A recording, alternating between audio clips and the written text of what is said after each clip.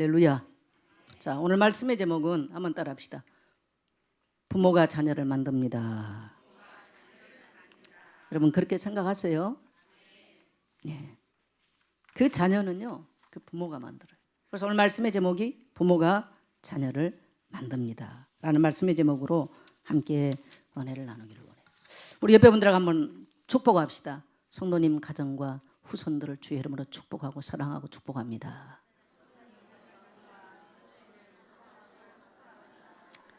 예, 여러분 그 사람이 지금 말로는 하는데요, 진정성이 안 느껴진 성도가 두 분 있어. 내가 여기서 보니까 말로는 사랑, 지금 이 사람 보고 말은 이렇게 하고 있어. 주의 이름으로 사람 축복하는데 내가 여기서 봐도 진정성이 안 느껴져. 내가 이렇게 세워서 물어볼까 싶어. 정말 그 사람 축복한 것 같은가. 다시 하겠어요. 여러분요, 말로 하는 게 아니에요. 뭘로 할까요? 눈과 마음을 어떻게 알아? 마음을. 여러분 마음이 보여요? 하트하면 마음입니까? 그 사람의 진정성, 그 사람의 눈빛이 있는 거예요. 절대로 사람의 눈빛은 못 속여요. 돈 있다고 뻐겨도요, 그 사람 눈빛 보면 돈 없어요. 그 사람은 돈 다 말 안 해도 그 사람 눈빛 속에 돈 있는 사람이 있어요. 사람 눈빛이 진정성이거든요. 자, 다시 참마음으로 합시다. 성도님의 가정 가문을 주의 이름으로 사랑하고 축복합니다. 기왕이면 우리 교사들은 아이들 손을 잡고 하세요. 손잡기가 그렇게 힘드나요? 네.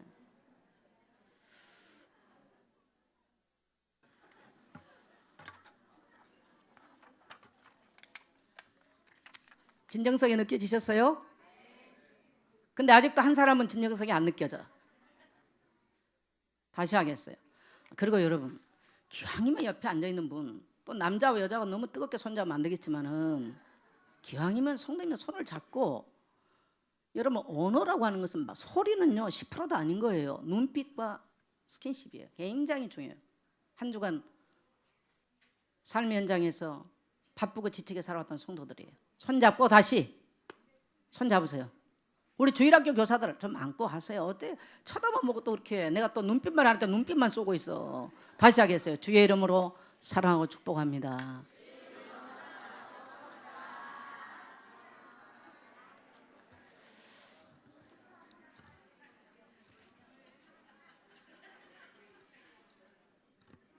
예, 제가 한 주간 본의 아니게 새벽기도 마무리를 금요일 아침 못했습니다.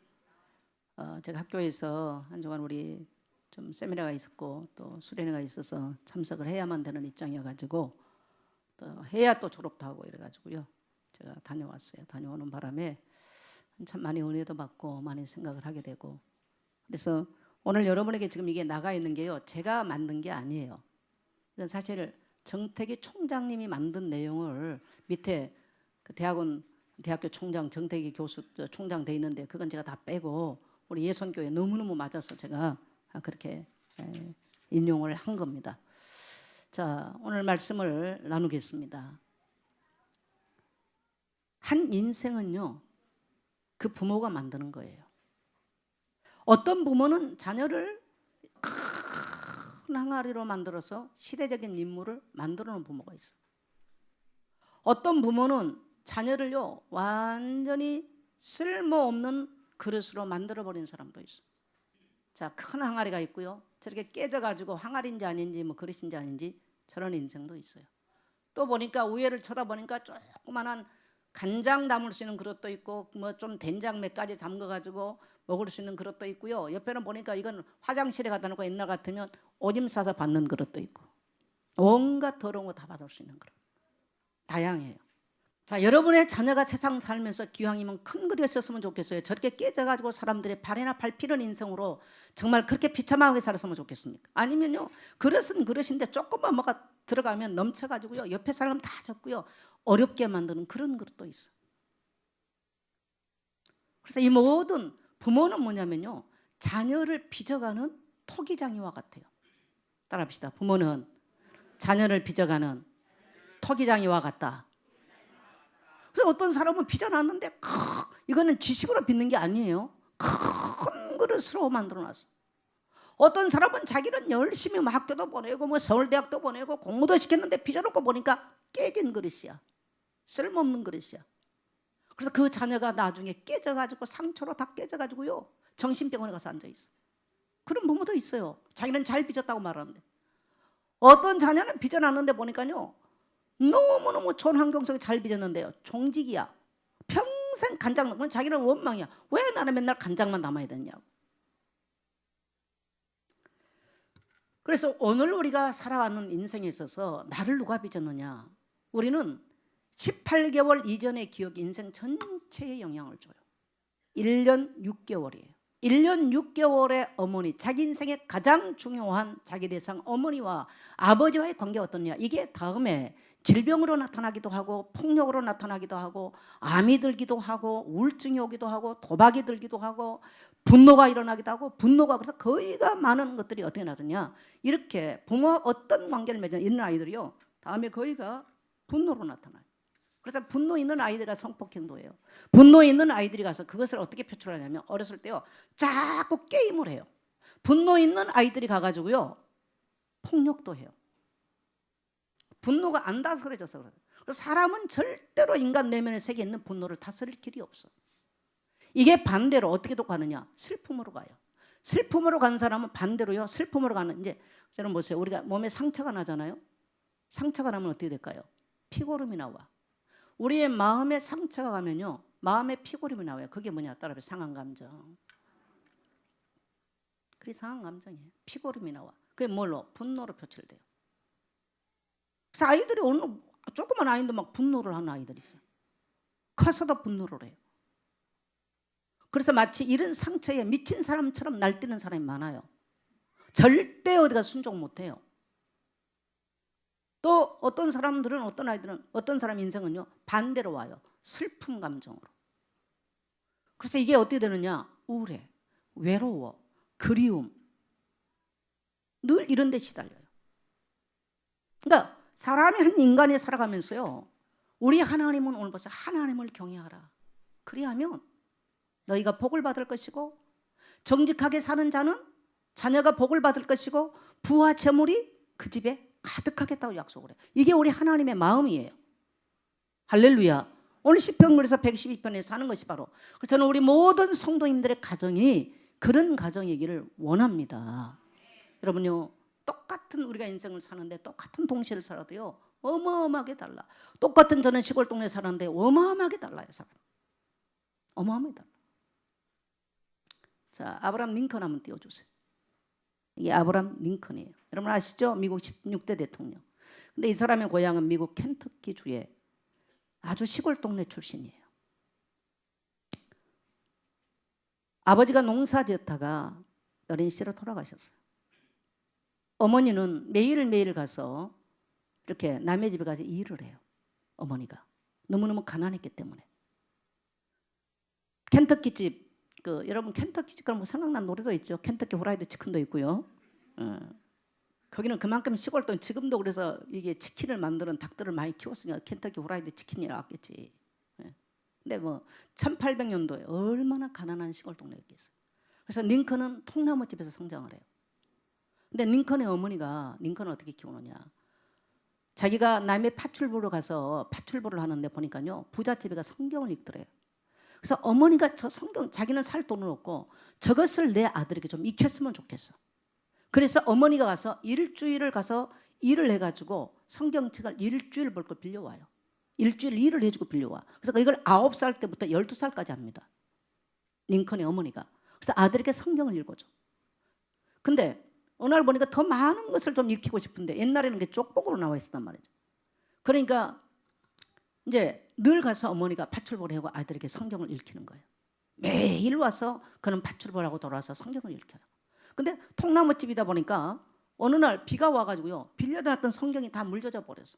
옛날에 성경책 사기 어려운 시절이에요. 그랬더니 그 부잣집 주인이 그러면 21일 동안 그 성경책을 망갔으니까 21일을 일해달라고 그랬대. 그래서 이 어머니가 21일 동안 가서 일을 해주고 물젖은 성경책을 자기가 가졌어요. 그래서 아들을 12살까지 성경책을 읽어요. 그리고 링컨의 어머니는 링컨이 12살 될 때 세상을 떠나버립니다. 그래서 링컨은 학교 교육을 하나도 못 받았습니다. 그러나 링컨이 어머니로부터 배운 걸 뭘 배우냐면 성경을 읽는 걸 어릴 때부터 배워요. 학교 교육을 하나도 못 받았어요. 근데 그는 독학을 해서 변호사 시험에 합격을 해요. 또 이가 성경을 통해서 세계관, 가치관, 민족관, 역사의식을 배우기 시작해요. 일리노주에 이제 이가 주의회에 당선이 됩니다. 나중에 주지사가 됩니다. 그리고 그가 나중에 미국의 16대 대통령이 됩니다. 이는 남부 출신이잖아요. 켄터키 남부 출신인데 미국은 그때 어떤 상황이냐면 우리처럼 남북이 대치하는 상황이에요. 그래서 계속 전쟁을 해요. 이 링컨 대통령에 의해서 미국 남북 전쟁이 종식을 하고 또 남쪽에는 목화를 많이 하면서 남쪽에는 주로 노예들을 흑인들을 잡아다가 사람들 노예로 부리는 노예제도가 있었는데 이 링컨 대통령이 하나님께서는 절대로 인간을 노예로 부르는 원천하. 그래서 노예제도를 과감하게 폐지한. 그래서 지금까지도 200년이 넘은 지금까지 우리는 굉장히 훌륭한 대통령으로 기억한 것이 바로 기억된 분이 바로 아브라함 링컨이에요. 따라합시다. 아브라함 링컨. 그 사람 미국 식민지들. 근데 그 어머니가 약 3년에 걸쳐서 매일 아들에게 성경 읽혀준 게 학교 교육도 다 하고 전 재산이었어요. 그 아들이 깨진, 물론 링컨은요 후일이요 굉장히 힘들어서 우울증도 많이 앓긴 알아요. 그가 대통령이 나갔을 때 갈라디아 3장 8절의 말씀을 붙잡고 그가 대통령에 당선이 되어집니다. 굉장히 짧게 자녀를 양육했지만 큰 역사의 길이 빛난 큰 항아리로 만들었어요. 또 한 사람 다 히틀러 한번 띄워주세요.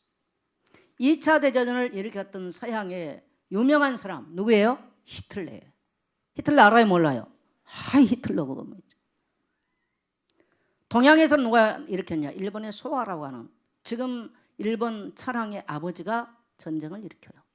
그래서 동양은 전부 다 일본 제국주의 안에 들어갔고요. 서양은요 저 히틀러가 세상을 정복해가요.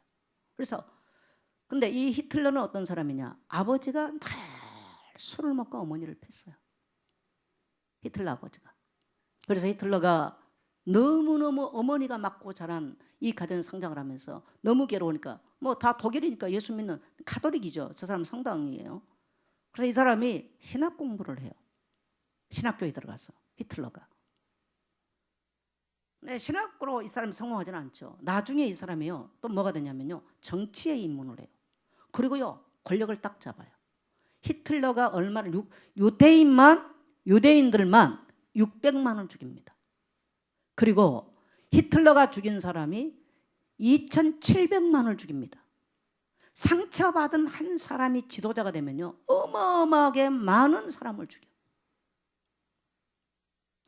깨진 자녀를 만들어 버린 부모 밑에 성장을 한 자녀는요 지도자가 되면 안 돼요. 미쳐서 날뛰어버려요. 야생마처럼 날뛰는 거예요. 이런 사람이 권력을 잡으면 큰일 나요. 우리나라 맨날 국회의원들 싸우잖아요. 왜 그래요? 다 이런 인물들이야. 큰 권력이 안 줘서 그렇지.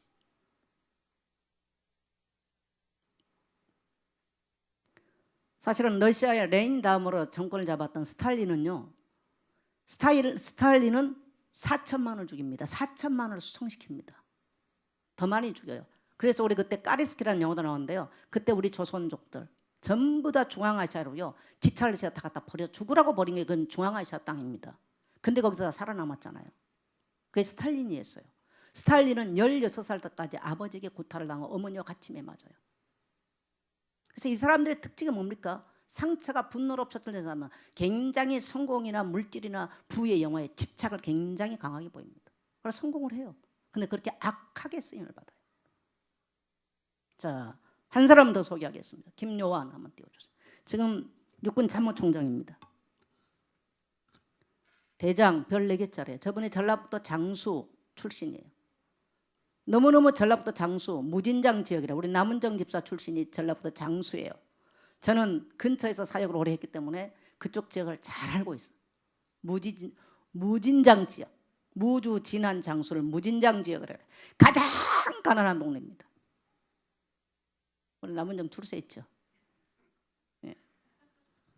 거기 무주 진장에서 나와가지고 서울에서 대학 다니고 교회 집사까지 되고 얼마나 출세했어요. 할렐루야. 예. 근데 이분이요. 그래가지고 아주 가난한 농촌의 그 집안에 성장을 해요. 그래서 이리 공고를 뭐 인문학교 갈 만한 상도 못 돼서 이리 공고 갔어요. 대학을 갈 만한 상황이 안 돼. 옛날에 공고 갔단 말은 대학 안 가려고 공고하는 거죠. 근데 이분이 참모총장이 돼서 별 4개예요 현재. 근데요, 이분 배경에는 놀라운 비밀이 있어. 그 할아버지가 평생을 교회 종직이 했어. 종쳤어. 외쳐요 종? 새벽기도 나오라고. 그래서 교회에서 가장 먼저 새벽기도 나가서 교회 종치는 사람들, 그 후손들이 못된 사람이, 안 된 사람이 대한민국 하나도 없어. 우리 김여전 전사 아버지가 뭐 10몇 년 동안 음파교회 종직했다고, 그건 전도사 됐잖아. 할렐루야. 이화여대에다가 이화여대 심리학에다가 전도됐어. 어쨌든 제가 볼 때 다 잘 살아 후손들이. 성공한 가정이에요. 우리 둘째 오빠가 예수 믿고 31살에 예수 믿고 고향에 돌아가더니 바로 교회 종치더만 시험 들어갔더니 안 쳐버리더라고. 교회 성금하라 그런다고요. 자기는 뭐 이장 수술 3번 하고 주께서 예수 믿어가지고 이제 은혜 받고 이제 고향 교회 돌아가서 이제 새벽입니다. 어차피 갈 거 일찍가 종지기를 했는데 교회 권사님이 11조를 조금 하냐고 좀 깠나 봐. 그러니까 몇 년 치다가 안 쳐버렸어. 계속 쳤으면 자녀들이 엄청 잘 썼을 텐데. 그래서 뭐 머리가요 그런 대로 다 잘 됐어요. 근데요, 저 할아버지가 새벽마다 가서 교회 종지기를 하고 새벽기도 했다는 얘기잖아요. 논밭에 나가 일을 하면 할아버지하고 할머니가 논에 가서 일하기 전에 꼭 그 두 부부가 손을 붙잡고 기도를 해. 일 마치고 붙잡고 기도를 해. 여러분 어떤 그림이 생각나나요? 밀레의 만족이 생각나죠. 그분은 뭐 공부를 한 분이니까 밀레의 만족 몰라. 근데 밭에 가서 한 거야 그걸. 예. 그리고 할아버지가 세상을 떠났어. 그 아버지가 똑같이 죄를 이어서 시골교회 종을 쳤어. 그리고 그 할아버지는 그리고 밤이면 돌아오면 돋보기를 쓰고 앉아서 성경을 손에 내서 읽어. 할렐루야, 여호와를 경외하며 그의 계명을 크게 즐거워하는 자는 복이 있도다. 그의 후손이 땅에서 강성하며 정직한 자들의 후손이 복이 있으리로다. 할아버지가 소리를 내서 주무실 때까지 읽는 거야. 그러니까 왔다 갔다 하는 손자들은 할아버지 글 읽는 소리, 그 성경 읽는 소리 다 듣고 자랐어. 새벽이면 나가서 일찍이 나가서 종치는 거 보고 자랐어. 들밭에 가면 할아버지가 꽹이 들고 일하기 전에 기도하는 모습을 보고 자랐어. 여러분 서울대학 간다고 그래 인생 됩니까? 우리는 다 교육을 엉뚱한 데서 찾아요. 그리고 그 아버지가 똑같이 하는 거예요. 왜요? 아버지에게 배웠거든요. 어머니하고 아버지가 똑같이 했어. 근데 너무 가난하니까 인문계 학교도 못 갔어. 이리 공고 갔어. 청와대에서 그냥 이 사람에게 미쳤대. 이름도 요한이야. 잘 지었어 보니까. 어떤 사람 이름값도 못해. 이름 요한이라고 지어놓고. 그래가지고 자기는 할 수 없는 그런 환경에서 자라나서 비밀이 뭐냐? 부모들의 신앙이 자녀로 하여금 자 군인이 참모총장이 되고 별 4개 가장 높은 자리까지. 그래서 저 인생을 얘기할 때마다 자기 부모들의 신앙을 이야기하는 그렇게 되어지는 거예요. 오늘 저는 우리 부모님들에게 묻고 싶어요. 여러분의 후손이 강성하고 참 큰 그릇이 되어 세상에 거룩한 영향력을 미치는 그런 자를 만들겠습니까? 아니면 상처받은 영으로 만들겠습니까? 전자요 후자요? 사람은요 이 상처를 가져버리면요 절대로 쓰임받기가 어려워요. 영국의 유명한 칼 융이라고 하는 정신과 의사, 정신분석학자가 있어요. 우리는 이제 기독교 상담학에 굉장히 권위라고 이렇게 우리는 보는데 저는 개인적으로는 잘 좋아하지는 않습니다. 칼 융을. 그 외할아버지 그러니까 아버지 전부 다 의사이면서 다 목사예요. 칼 융의 배경이. 근데 이 칼 융이 정신과 의사로서 많은 사람을 치유를 했어요. 그래서 이 사람이 세상을 떠나기 전에 영국 BBC 방송에서 인터뷰를 한 거예요. 어떻게 당신이 그렇게 많은 사람을 치유할 수 있었느냐. 그래서 이제 이게 광고가 나가니까 전 유럽 사람들이 BBC 방송에 탁 채널 고정하고 칼 융이 도대체 뭘 어떤 비밀을 가지고 그렇게 우울증환자, 정신분열환자, 정신문제 있는 사람 어떻게 치유했는가, 우리도 배우자, 들어보자. 모든 사람들이 칼 융이 인터뷰하는 그 시간에 2시간 반 하는데 TV에 고정을 시켜놓고 보고 있는 거예요. 그래서 이제 앵커가 물어요. 어떻게 박사님은 그렇게 훌륭한 일을, 그렇게 많은 사람을 치유해낼 수 있습니까? 그러니까 웃으면서 하는 말이, 나는 한 게 없습니다. 아니 그렇게 많은 사람을 치유하고 살려놓고 왜 한 게 없어요? 그러니까 내가 하는 것은, 인도권에서 환자가 왔을 때 당신 어디 살아요? 라고 물으면 인도권에 삽니다. 삼성아파트 삽니다. 그러면 그래 당신 어디 교회 다녔어요? 예선교회 다녔습니다. 그래 예선교회 담임 목사 정선자 목사님 찾아가서 매일 성경 공부하십시오. 방배동에서 왔어요. 방배동 어디 교회 다녀요? 그러면 당신이 다닌 교회 담임 목사님 찾아가서 매일 성경 공부하세요. 그거 외에는 자기 한 게 없대요. 그러면서 이 칼 융이 하는 말이, 인간은 하나님의 형상으로 지음받은 존재이기 때문에 하나님 외에는 인간의 문제를 해결할 수가 없다. 그래서 인생의 문제가 왔을 때는 하나님을 만나고 하나님의 말씀을 듣고 하나님의 음성을 들어야 그 사람이 끝나는 것이다. 인간은 하나님과 관계가, 그래서 자기가 분석을 해보니까, 정신분석학적으로 분석을 해보니까 육신의 질병이 왔든 영적으로 질병이 왔든 환경의 문제가 왔든 전부 다 문제 온 사람 특징이 뭐냐면요, 하나님과 관계가 멀어졌을 때 왔더라는 거예요. 그럼 동의가 되세요? 동의가 되세요? 하나님과 관계가 멀어지면 문제가 오는 거예요. 그러니까 그게 칼 융이 수많은 사람들을 분석을 해보니까, 정신과 의사에서 분석을 해보니까 이 사람은 왜 이렇게, 근데 보니까 이제 미쳤어. 근데 돈 때문에 미쳤다는 거야. 근데 왜 그러면 돈 문제가 왔을까? 이게 이제 상담학자들 하는 일이고 분석을 해가는 거죠. 아, 근본적으로 돈이 없는 게 아니고 이 사람은 하나님과 관계가 끊어졌구나.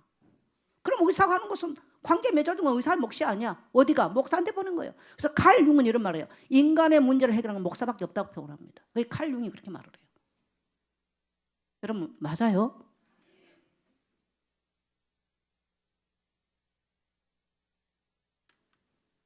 근데 오늘날 사람들은 문제가 오면요, 그러니까 자기는 너무너무 가난했어. 그래서 이 가난한 자녀에게 무조건 돈 벌게 말고, 나는 자기는 못 배웠어, 무조건 공부해서 서울대 가든 어디 가든 그렇게 말해요. 그 자녀 망해요.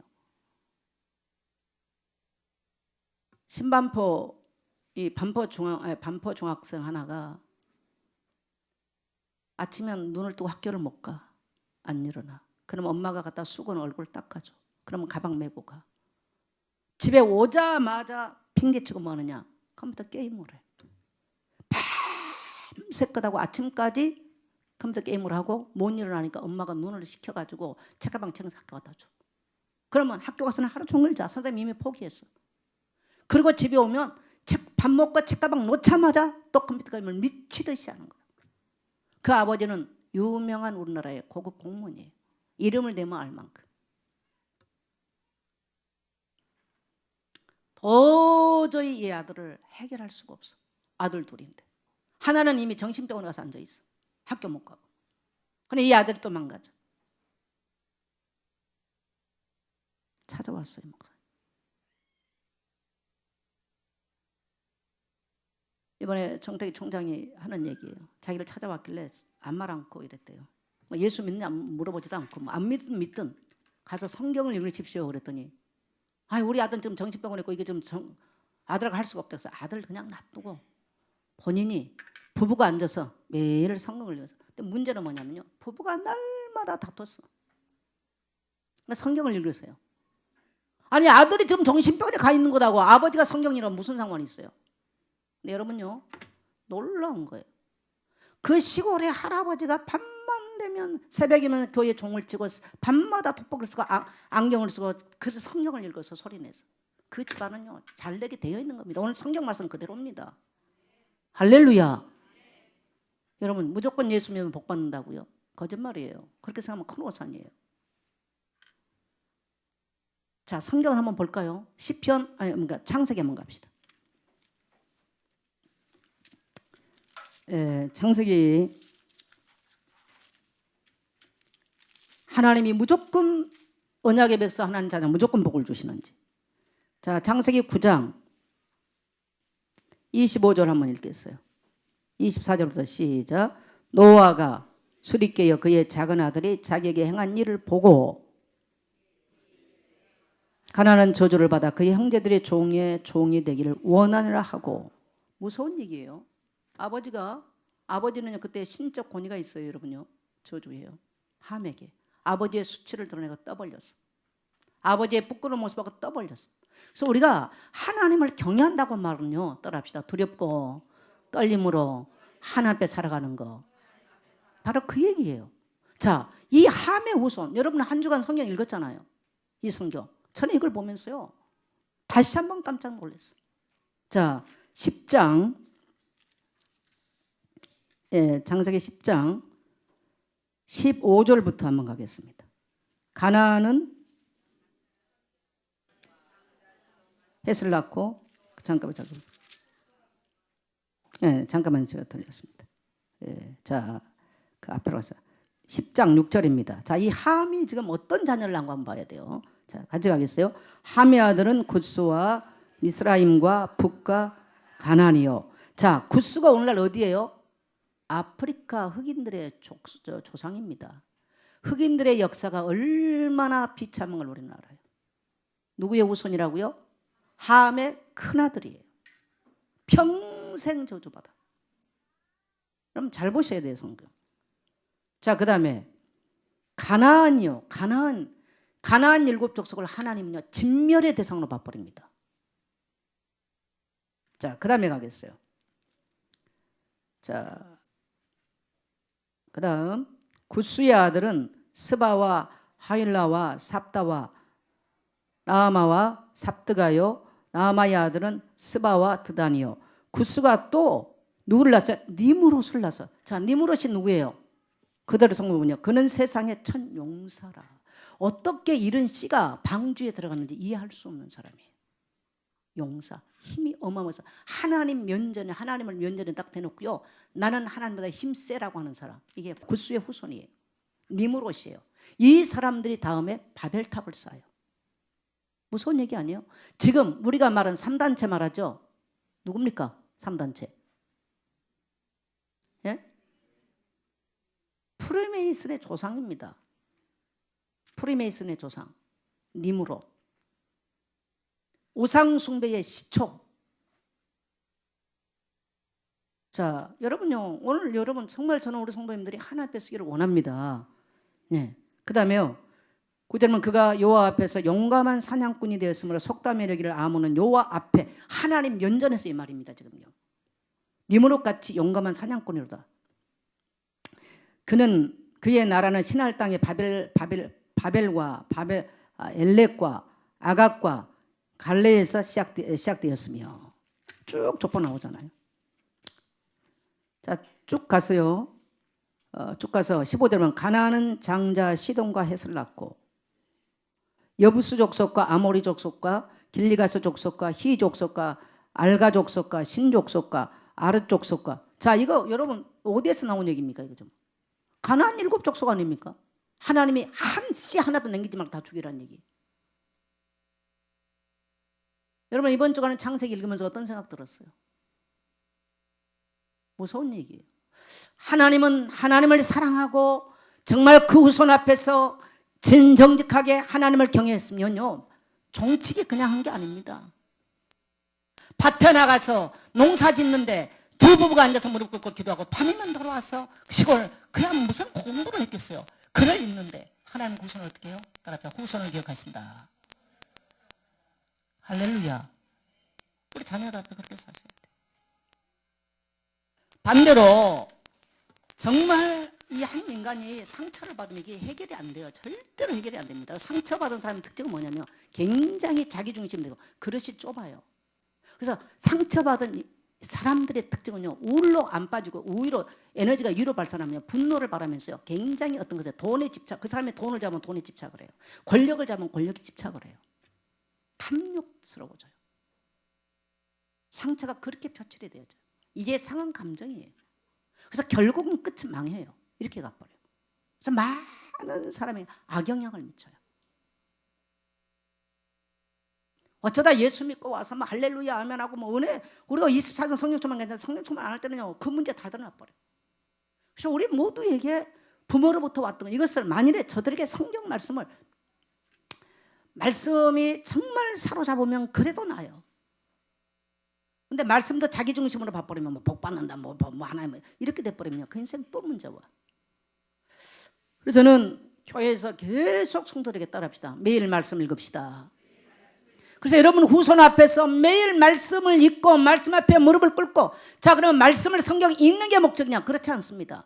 마태복음 5장 5절을 보면 온유한 자는 복이 있나니 그가 땅을 기업으로 얻으리라. 똑같은 얘기거든요. 그럼 보세요. 이 온유라는 말이 프라테스란 말은 프라고테스, 정확하게 헬라어 발음은 프라고테스인데 뭐 프라우스라고 표현하기도 하고, 프라고테스는요 헬라어의 프라고테스는 이게 뭐냐면요 길들여진 야생마라는 뜻이에요. 그럼 보세요. 우리가 하나님의 말씀에 길들여지기 이전에 우리 상태는요 상처에 날뛰어요. 그래서 분노가 가득해요. 욕심으로 가득해 있어. 미움으로 가득해 있어. 복수심으로 가득해 있어. 그래서 언제든지 분노를 갖고 있는 사람은 뭘 찾냐면요 표출의 대상을 찾아요. 그 대상이 언제든지 약자입니다. 그래서 이런 사람이 결혼을 하면 아내나 자녀에게 분노를 표출해요. 아니면 딴 데 나가서 자기보다 약자에게 분노를 표출해요. 그리고 술 먹고 방탕하고 타락을 해버려. 술이 나쁘다는 얘기가 아니에요. 그리고 약자에게 폭력을 가해요. 자기도 원치 않지만 폭력자가 되고, 자기도 원치 않지만 살인자가 되고, 자기도 원치 않지만 성폭력자가 되고, 오늘날 지금 세상이 그렇게 가는 거예요. 자기도 원치 않지만 그래요. 그래서 인생이 나락으로 떨어져 버려요. 언제든지 사람 속에 있는 상처나 이런 것들은요 표출 대상을 찾고 있다는 거예요. 그래서 부모에게 상처를 받은 히틀러는요 2,700만 원을 죽여버려요. 스탈린은 4천만 원을 죽여버려요. 우리 앞으로도 이런 전쟁 한번 터지면요 그렇게 돼버려요. 지금 북한의 김정은만 봐보세요. 그 아버지가 여자를 얼마나 많이 얻었어요. 저 분노 상처. 그러니까 자기 고모부도 그냥 박살을 내버리고, 자기 앞에서 안경 닦았다고 총살 지켜버리고, 졸았다고 죽이고. 아마 여기서 그 김정은이 앞에 가면 살 사람 하나도 없어요. 네. 뭐 솔직히 제 앞에서 여러분 설교 하나님 면전 앞에서도 뭐 졸고 닦고 뭐 부채질하고 뭐 박격포 몇 개 갖다 쏴버려야지. 저 사람이요 그래서 우리는 무서운 거예요 지금. 그걸 아셔야만 돼요. 할렐루야. 그래서 우리가 온유한 자가 어떤 사람은 얌전 아니에요. 그 사람 우울증 걸릴 확률이 많아. 그게 아니에요. 말씀 앞에 절대로 순종하는 사람이에요. 근데 말씀이 길들여지지 않으면요 자기 욕심으로 가요. 여러분 상처받은 사람 특징 굉장히 자기중심이라는 거. 욕심이 가득합니다. 그래서 그걸 엉뚱한 데 표출을 시켜요. 언제든지 주변 사람 이용해요. 언제든지. 그래서 주변 사람을 다 뭘로 봐버리냐? 자기 욕구 표출 대상으로 봐버려요. 그게 상처 갖고 있는 사람의 특징이에요.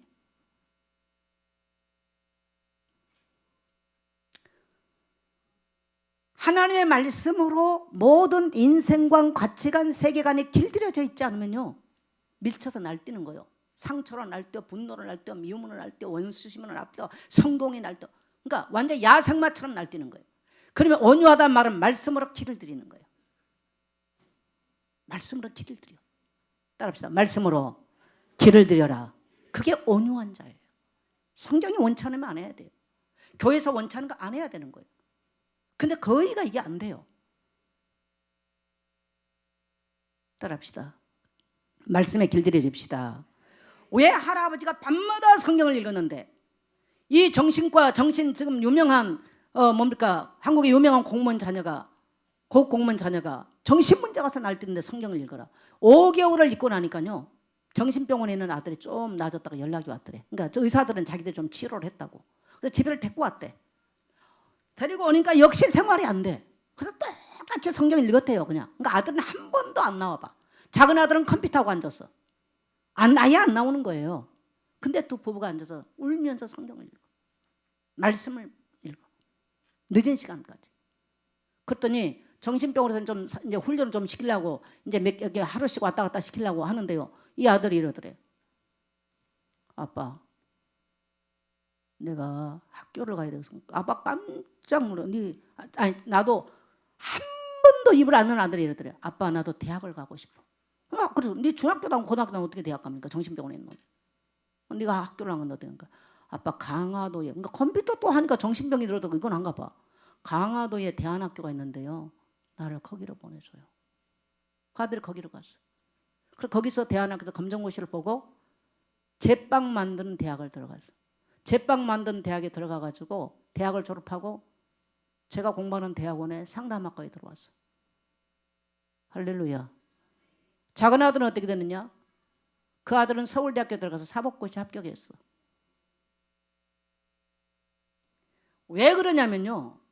우리가 하나님 앞에 앉아서 말씀 앞에 머무르고 그 말씀을 주야로 읊조리고 갈급한 마음으로 하나님의 음성 듣기를 원하고 그 말씀을 읽는데 이 영적 파동은 내가 소리내서 읽는 이 말씀의 파동은요. 우리 온 집안과 가문에 흘러가서 거룩한 파동을 일으킨 줄 믿습니다.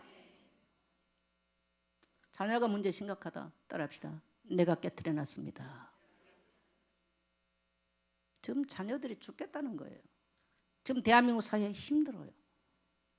여러분 무엇을 하면 내 자녀가 살 것 같아요? 저들이 앞으로 세상 살기 너무너무 어렵습니다. 근데 좋은 학교 가라, 어디 가라 다 망가져 버립니다. 성공한들 바벨탑 같은 인생 무너져 버리게 돼 있어요. 여러분 우리 자녀들에게 무엇을 심고 어렸을 때 그랬어요. 저는 제가 4살 때 동생을 낳은 걸 지금 다 생생하게 다 기억해요. 우리가 3살부터는요 우리가 모든 걸 인지하고 다 기억해요. 18개월부터 우리는 못할 거라는데 다 기억합니다. 어느 정도 어머니 뱃속에는 다 기억해요. 저에게는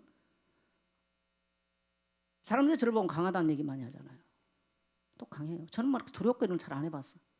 근데 나이가 먹으니까 해보니까요 약해져요. 그래서 제가 이 60을 넘으면서 심리적 변화를 참 그래서 제가 상담대학원으로 공부를 하는 거고요. 그러다 보니까 60이 벌써 넘으면 어디로 가냐면요 어릴 적으로 태행이라고 그러죠. 그러니까 유아기 때 자기 내면 세계가 드러나요. 뭐가 찾아오느냐? 미래에 대한 생각은 불안이 찾아오. 나는 그런 걸 생각해 본 적이 없었어요. 연약해져요. 그래서 그냥 연약해진 게 아니고 태행이라고 그래. 심리학자는 태행이라고 그래. 그래서 제가 몇 년 전에 제가 우리 어머니를 제주로 가면서 우리 어머니 인생을 쭉 한번 생각을 해봤어요. 놀랍게도 나는 지금까지 우리 어머니 입에서 우리 할아버지 얘기한 거는 한 번도 들은 적이 없어. 우리 어머니가 자랑 삼았던 사람이 누구냐? 외삼촌이에요. 우리 외삼촌이 이렇게 했다. 굉장히 그 외삼촌에 대한 이게 아버지 역할을 다 했어요. 제가 이렇게 들었을 때. 그러면 우리 외아버지는 어떤 양반이었냐? 옛날에 쉽게 말하면 가정을 건수를 못했어. 맨날 가서 주색 잡기를 했어. 재산 다 탕진을 했어. 양반집이에요. 우리 어머니 친정이 원래.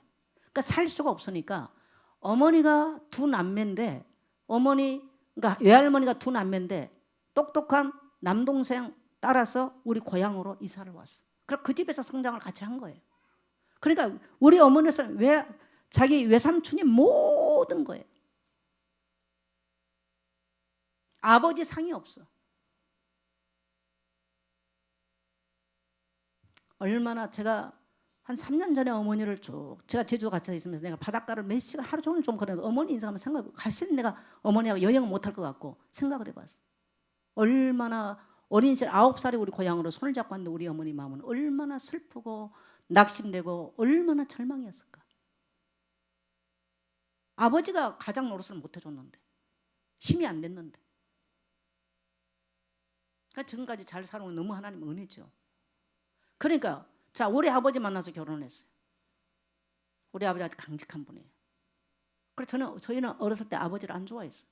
근데 제가 나이가 먹고 그 아버지가 너무 감사했어요. 왜? 강직하기 때문에 재산을 이루고 그래도 남의 집에 새빵 나는 거 연연하지 않도록 만들어 주신 거예요. 아버지가 다. 그래서 참 감사하는데 내 속에 보니까요 그 아버지를 향한 분노와 두려움과 감사함이 같이 공존을 하더라는 거예요. 그럼 아버지는 너무너무 그때 당시 일제시대 어려웠던 상황에 어려웠으니까 일본에 밀항을 해서 돈을 벌기도 군대 잡혀가기도 하고 온갖 것을 다 겪고 살아 돌아와가지고 재산을 일구었어요.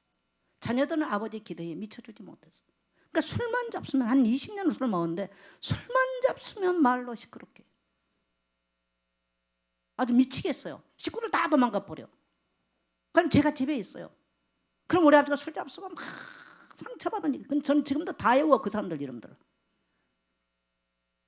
우리 가족들이 있는데요. 우리 형제들도 있잖아요.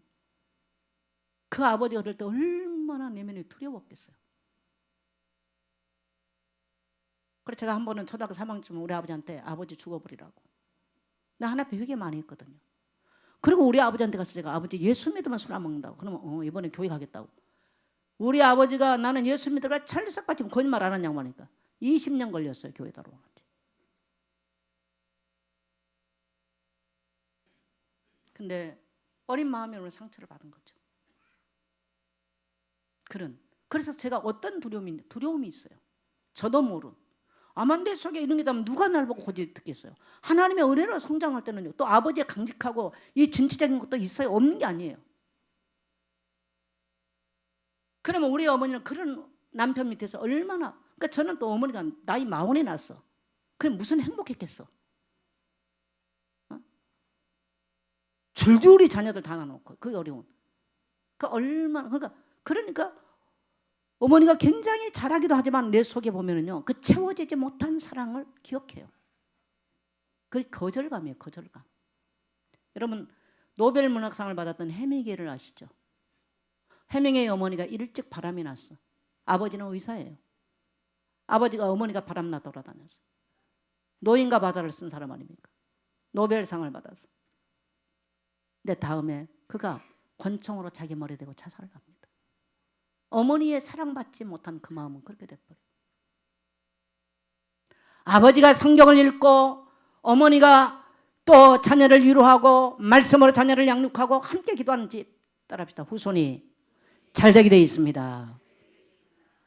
여러분 저는 이제 목회를 오다 보니까 이제는 뭐 이게 아니고요. 어떻게 하면 성도들 제 자신의 변화도 보고 성도들 보면서요. 어떻게 하면 저들이 하나님 앞에 깨지지 않으면 상처 없는 올바른 맨날 상처 치유, 뿌리 치유, 각인 치유 그건 이유로는 되는 게 아니에요. 얼마나 이것들이 깊이 박혀 있는데요.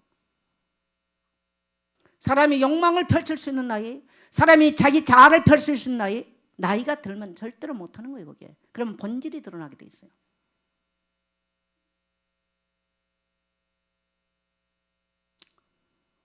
돈 가지고 해결이 안 되는 거예요. 그래서 제가 사실 이 나이에 제가 요즘 많이 막 당이 올라요. 힘들어요 사실은. 제가 이 나이에 지금 학교 2군데로 가고 있어요. 힘듭니다. 그럼에도 불구하고 성도들을 도와줘야 되겠구나. 그리고 나의 남은 목회 현장에서 성도들을 이해하고 저들의 그런 정말 포로가 되고 올무가 되고 그 속에 묶여있는 거 암만 올무를 풀어라 나와라 안 돼요. 저는 그걸 봐요. 성도들을 도와줘야 되겠구나. 그런 심정으로 제가 공부를 하고 있어요. 오늘 우리 사랑하는 성도 여러분, 하나님은요 자비하시고 은혜로우시고 신실하신 분이십니다. 할렐루야. 새벽마다 교회 종을 치고 어려운 시골 교회를 도우며 섬겼던 그 후손들이 지금 현재 대한민국 육군 참모총장이 되게 만들어요. 성경을 읽힐 수가 없어서 매일 가서 파출부를 해서 성경을 빌려다가 자식에게 3년을 성경을 읽혔는데 그 자녀가 미국의 가장 역사성의 위대한 아브라함 링컨이 됐다는 사실. 아버지로부터 폭력을 당하고 살았던 스탈린이나 히틀러는요 수천만을 죽이는 악한 자로 시대에 등장을 합니다. 오늘 여러분이 여러분의 자녀를 큰 자녀로 그래서요 따라합시다. 하나님 앞에서 후손에게 투자해야 된다. 투자를 안 하는데 어떻게 돼요? 투자하셔야 돼요. 여러분 헌금 하나를 드려도요 후손을 바라보고 드려야 돼요. 할렐루야. 그냥 하시면 안 돼요. 절대적입니다 이것은요. 자, 그래서 오늘 제가 여러분에게 이거는 제가 만든 내용은 아니에요. 그러나 우리 교회로 만들었습니다. 같이 한번 읽어보겠습니다. 시작. 항아리 만들기 서약서. 하나님께서 우리에게 주신 귀한 자녀를 큰 항아리로 만들어 교회와 민족과 세계를 빛내기 위해 아래와 같이 살기로 하나님 앞에 엄숙히 서약합니다. 첫째, 자 여러분 손 다 한번 좀 들어보세요. 다 우리 아이들도 다 들어요. 우리 아이들 이거 다 줬어요? 아이들을 주세요. 이거를 전부 다. 우리 주일학교 아이들에게도. 자 이거 다 들고요. 손 드세요. 첫째, 자녀 앞에서 싸우지 않겠습니다. 여러분요, 자녀 앞에서 싸우는 가정은 이미 자녀 다 망가놨어요. 회개하셔야 돼요. 둘째, 자녀 앞에서 기도하는 모습을 보여주겠습니다. 그래서 첫 주는 자녀와 함께 나오십시오. 새벽 기도에. 멀리 가서 있는 분들은 반드시 시간 나세요. 여러분 자녀와 손주와 후손 앞에 투자하는 시간들이에요. 할렐루야. 자, 셋째, 자녀 앞에서 성경 읽는 모습을 보여주겠습니다. 여러분이 성경 읽는데 영적인 파동은 어마어마치 양자 물리학에서 입증된 사건입니다. 자, 넷째, 자녀 앞에서 도우며 사랑하는 모습을 보여주겠습니다. 그래서 여러분이 교회 와도 다른 사람을 돕고 사랑하고 섬기는 모습을 자녀 앞에서 보여줘야 돼요. 교회 어려움이 있다 앞장서서 하는 모습을 보여주셔야 돼요. 할렐루야. 자, 다섯째, 자녀 앞에서 복음 전하는 전도자의 삶을 보여주겠습니다. 내 중심적으로 사는 모습만 가지고 있으면 안 돼요. 우리 아빠 그러면요, 시간 되면 가서 전도하고 또 다른 사람에게 가서, 우리 엄마는 된장 퍼주고 고추장 퍼주고 양발 사들고 다니면서 손수건 사들고 다니면서 밥 사주면서 사람들 전도하는 사람. 그래서 우리 교회 가보니까 우리 엄마가 전도해서 세워진 제자들, 이걸 보고 자라야 돼요. 이게 여러분 큰 항아리를 만든 게 서울대학 보는 게 아니에요. 그거 나중에 좀 장나고요 정신병원에 가요. 제가 얘기했죠. 어떤 교수 서울대 나와가지고 지금 뭡니까 치악산 정신병원에 있다는 얘기. 제가 상담학을 공부하니까 이런 사례를 너무 많이 지금 매일 접해요. 현재 이야기를. 제가 지금 대학원 2군데 공부를 하고 있잖아요. 매일 접한 게 이 얘기예요. 자, 여섯 번째, 자녀를 민족 통일의 주역으로 세우겠습니다. 키우겠습니다. 그러려면 절대로 하지 말아야 할 게 뭐냐면, 부모가 싸우는 모습을 보면, 싸우는 모습 본 자녀 손 내리시야 돼요. 싸우는 모습을 본 자녀는 이미 깨진 항아리가 됩니다. 그래서 우리 아버지, 우리 어머니는 아버지한테 뭐 대꾸학을 잘 안 했는데 아버지 일방적이죠. 그래도 하나님의 은혜로 일찍 예수 믿었기 때문에 이만큼이라도 왔다. 근데 보면요, 제가 늘 몸이 약했거든요.